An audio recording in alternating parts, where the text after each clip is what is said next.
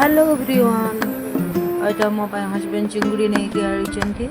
तो चलो चिंगुड़ी रे नुआ मस्त रेसिपी टे करबा और चिंगुड़ी को मो धोई धोए सफा कर नेली सफा करला परे ताको मैरिनेट करि नबा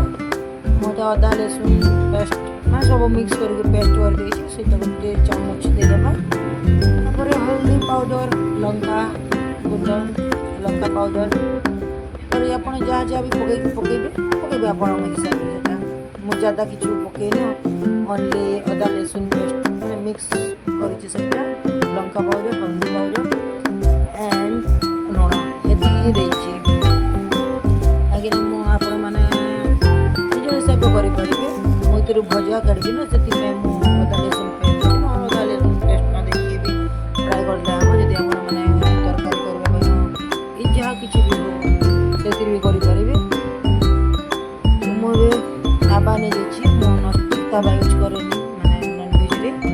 नॉनवेज माछ खाऊ कण भाई लगे नस्टिक ताबा यूज नहीं करें लुहा ताबा यूज करसी सरसों तेल ही यूज करसी मस्त से भाजी देली एवं मस्त चिंगड़ी भजा हो गला आलू दुईटा काटिक भाजी देली पूरा से पैन रे ही तेल नहीं जावा सरसों तेल नॉनवेज सरसों तेल ही यूज करे गोटे जीरा और गोटे बड़ साइजर प्याज तापर लंका तेजपत्र सब भाजी देली गोल्डन ब्राउन हो गला पर्यंत तापर से अदा लहसुन पेस्ट लेनामा अदा लहसुन पेस्ट चम्मच दे देली तापर हल्दी गुंड लंका गुंड देदेमा भजा हो दुईटा मीडियम साइज टमाटो काटी देदेमा आउे टिके लुण माने लुण पकईदे जल्दी टमाटो ना सीझी जाइसी मुझे जल्दी टमाटो रे ही लुण दे देसी तो आप तरकारी हिसाब से भी लुण दे पारे आगे भी लुण दे पारे एमती किछ नहीं आउ मस्त मोर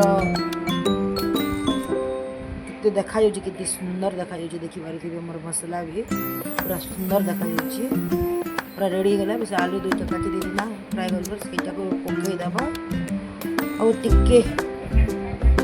मसला सांगे 2 मिनिट कषि नामा आलू को तापर से चिंगुड़ी नहीं अदा चिंगुड़ी बजार अदा चिंगुड़ी माने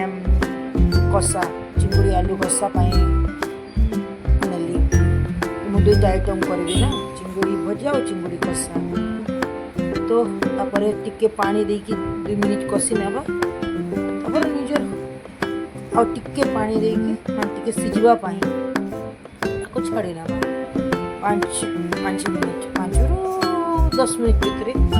स्लो गैस स्लो करके बसई देबा पूरा से आलू भी सीझी जीव टिके और चिंगुड़ी भी सीझी जीव पूरा मस्त है देखा कि 5 मिनिट रेडी हो गला कषा चिंगुड़ी आलू कषा और देखा मस्त लगुच एवरेज गरम मसला पकईदमा आदि आपड़ी धनिया पत्र अच्छी मैरिनेट कर पकईदे मो पाखे धनिया पत्र नाला तो खाली गरम मसला पकईदेली स्टॉक रे नाला तो पूरा रेडी चलो बाड़ी खाई नवा